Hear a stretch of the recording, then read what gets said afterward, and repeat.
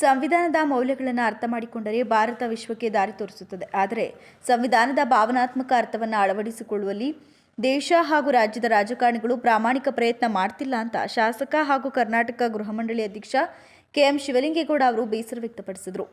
ಸಂವಿಧಾನದ ಮೌಲ್ಯಗಳನ್ನು ಮನಸ್ಸಿನಿಂದ ಅಳವಡಿಸಿಕೊಂಡರೆ ಭಾರತ ವಿಶ್ವಕ್ಕೆ ದಾರಿ ತೋರಿಸುವ ಶಕ್ತಿ ಹೊಂದಿದೆ ಅಂತ ಹೇಳಿದರು.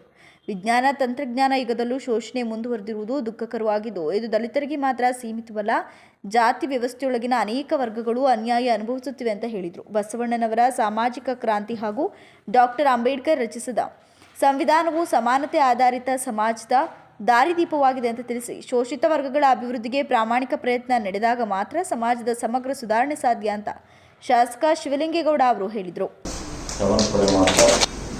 ನಾಗಮೋಹನ್ ದಾಸರವರ ಒಂದು ವಿಚಾರವನ್ನ ಮಂಡನೆ ಮಾಡಿದ್ದೆ. ನಾನು ಬಹಳ ಸಾರಿ ಅವರ ಸಭೆಯಲ್ಲಿ ಕೇಳಿ ಅವರ ವಿಚಾರಗಳನ್ನ ನಾನು ಅರ್ತಿದ್ದೆ.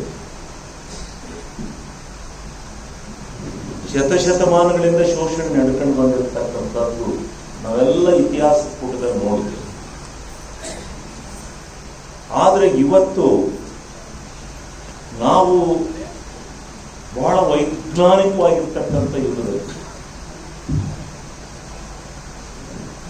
ಆ ವೈಜ್ಞಾನಿಕವಾಗಿರ್ತಕ್ಕಂಥ ಅರ್ಥಗರ್ಭಿತವಾಗಿರ್ತಕ್ಕಂಥ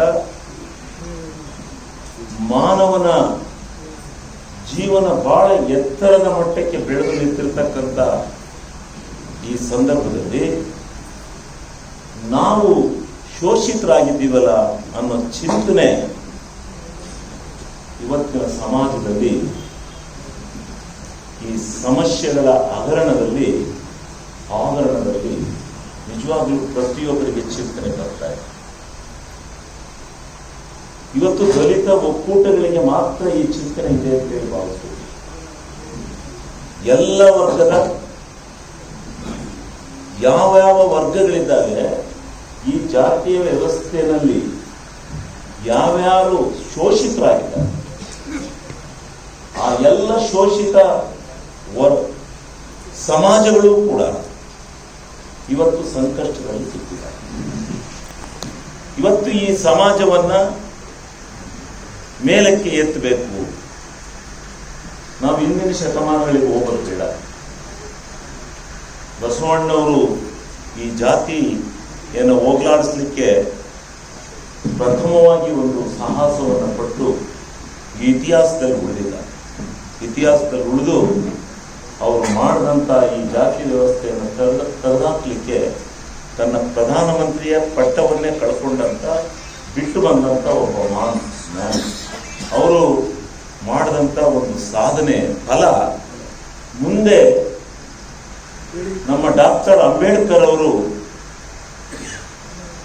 ಪ್ರಪಂಚದಲ್ಲಿ ವಿಶ್ವಸಂಸ್ಥೆಯೇ ಶ್ಲಾಘನೆ ಮಾಡತಕ್ಕಂಥ ರೀತಿಯಲ್ಲಿ ವಿಶ್ವಸಂಸ್ಥೆಯ ಪಂಚಶೀಲ ತತ್ವಗಳಲ್ಲಿ ನಾವೇನು ಅರ್ಥ ಮಾಡಿದ್ದೀವಿ ಆ ವ್ಯವಸ್ಥೆಯ ಒಳಗಡೆ ವಿಶ್ವಸಂಸ್ಥೆಯಲ್ಲಿ ನಮ್ಮನ್ನ ಶ್ಲಾಘನೆ ಮಾಡಬೇಕಾದ್ರೆ ಡಾಕ್ಟರ್ ಅಂಬೇಡ್ಕರ್ ಅವರು ಬರೆದಂತ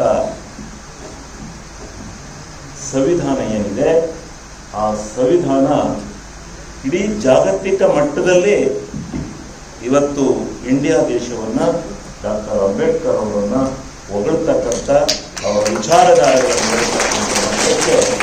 ಇವತ್ತು ಈ ಪ್ರಪಂಚದಲ್ಲಿ. ಕಾರ್ಯಕ್ರಮದಲ್ಲಿ ಕರ್ನಾಟಕ ದಲಿತ ಸಂಘರ್ಷ ಸಮಿತಿ ರಾಜ್ಯ ಸಂಚಾಲಕ ಎಂ ಸೋಮಶೇಖರ್, ರಾಜ್ಯ ಸಂಘಟನಾ ಸಂಚಾಲಕ ಅಂದಾನಿ ಸೋಮನಹಳ್ಳಿ, ದಾವಣಗೆರೆಯ ಹೆಗ್ಗೆರೆ ರಂಗಪ್ಪ, ಜಿಲ್ಲಾ ಸಂಚಾಲಕ ವಳಲಹಳ್ಳಿ ವೀರೇಶ್, ಮಂಗಳೂರು ರಾಜ್ಯ ಸಂಚಾಲಕ ಎಂ ದೇವದಾಸ್, ಮಾದಿಗ ದಂಡೋರ ರಾಜ್ಯ ಸಮಿತಿಯ ಟಿಆರ್ ವಿಜಯಕುಮಾರ್, ಹುಡಾ ಮಾಜಿ ಅಧ್ಯಕ್ಷ ಎಚ್ಆರ್ ಕೃಷ್ಣಕುಮಾರ್, ಕೋಲಾರ ರಾಜ್ಯ ಸಂಚಾಲಕ ವಿ ನಾರಾಯಣಸ್ವಾಮಿ, ರಾಜ್ಯ ಸಂಚಾಲಕಿ ಭಾಗ್ಯಮ್ಮ ನಾರಾಯಣಸ್ವಾಮಿ, ದಲಿತ ಹಿರಿಯ ಮುಖಂಡ ಎಚ್ಕೆ ಸಂದೇಶ್, ಆನೇಕಲ್ ಕೃಷ್ಣಪ್ಪ, ಬಿಸಿ ರಾಜೇಶ್, ಕಬ್ಬಳ್ಳಿ ಮೈಲಪ್ಪ, ರಾಜಶೇಖರ್ ಹುಲಿಕಲ್, ಗೊರೂರು ರಾಜು, ದೇವಮ್ಮ ಹಾಗೂ ಕರ್ನಾಟಕ ದಲಿತ ಸಂಘರ್ಷ ಸಮಿತಿ ಸೇರಿದಂತೆ ವಿವಿಧ ಸಂಘಟನೆಗಳ ರಾಜ್ಯ ಹಾಗೂ ಜಿಲ್ಲಾ ಮಟ್ಟದ ಮುಖಂಡರು, ಸಾಮಾಜಿಕ ಹೋರಾಟಗಾರರು ಮತ್ತು ಗಣ್ಯರು ಭಾಗವಹಿಸಿದ್ದರು.